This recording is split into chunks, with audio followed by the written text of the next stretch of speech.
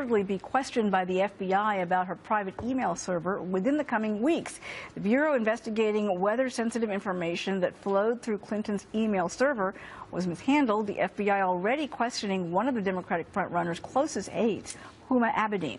Doug Burns is a former federal prosecutor and a defense attorney. Robert Bianchi, a criminal defense attorney and a former head county prosecutor. Gentlemen, welcome. I know there's a lot at stake right here politically in a big way for Mrs. Clinton.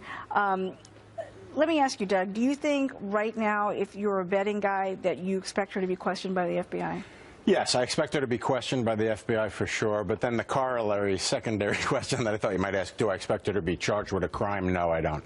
I think the thing's just way too much of a political firestorm.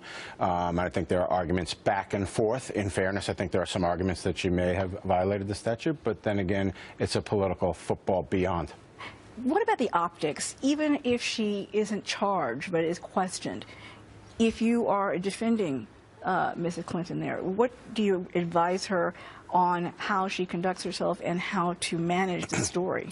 Uma, as a former prosecutor and now defense attorney, we all know the most important axiom of the criminal justice process, and that is do not offer your client up to give any kind of testimony whatsoever when there's a potential criminal investigation going on. However, when you represent high-level profile clients like I do, they're between a rock and a hard place, because if they don't cooperate, then it is seen politically that the exercising of their constitutional rights, which is there to protect not only the guilty but the innocent, somehow puts a smear on her. So she is going, in my opinion, to cooperate. She has cooperated, but I agree with Doug. I have said from the beginning of this case, this will never be charged as a crime. The facts aren't there. Nobody is looking at the case law, which has very, very difficult things for prosecutors to show, especially in light of the fact when you look at the statistic that 80% of the cases referred to the Department of Justice for crimes like this never get prosecuted. That's what we call prosecutorial discretion. Just because you can charge doesn't mean you should. And I think, with all that said, there are not even anywhere near sufficient facts to justify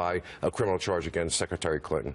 I know you think there is enough to justify, to a point. Well, here's the thing. I mean, you know, a lot of it comes from the rhetoric that was immediately being thrown around. You know, other secretaries of state did this. Well, wait a minute. None of them had a private, separate server. They may have used a private email address, but it went through a government server. That's number one. And then the other thing that's very troubling is there was no intent to violate the law. That implicates all kinds of things that are irrelevant. Ignorance of the law is not a defense. Okay, I didn't know it was illegal.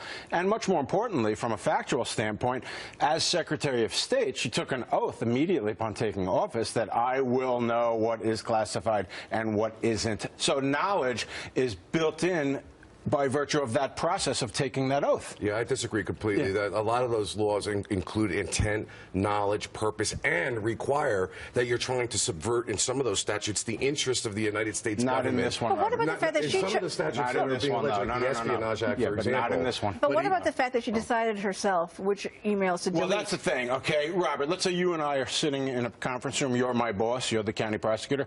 And I'm like, we're investigating an individual over emails. But let me assure you, the defendant went through all of them and said it was fine. Yeah, that's embarrassing. The issue in this particular case is that we know, and I said this from the beginning, those emails, 90% of them, I think the statistic is, or at least 80, I think it's 90, had actually made their way onto government servers. What people don't understand about this case is that prosecutors don't take weak cases, difficult cases. The U.S. Attorney's Office is notorious for making sure that they put a bow on a case. There's no way a person can get out of it before they bring charges against a high-level official like this. And they also use the rule of reason. They're not going to prosecute somebody for a mistake or for something that they did that perhaps was an innocent mistake. But there are those who say she's not going to get charged primarily because of the political optics. And it's because this is an election year, that there's a lot riding on this, and to charge someone who's the Democratic nominee at this point with without heavy-duty evidence to support it will not stand. A prosecution at this level, working off Robert's point, he's right. I mean, this has to be essentially personally signed off by the Attorney General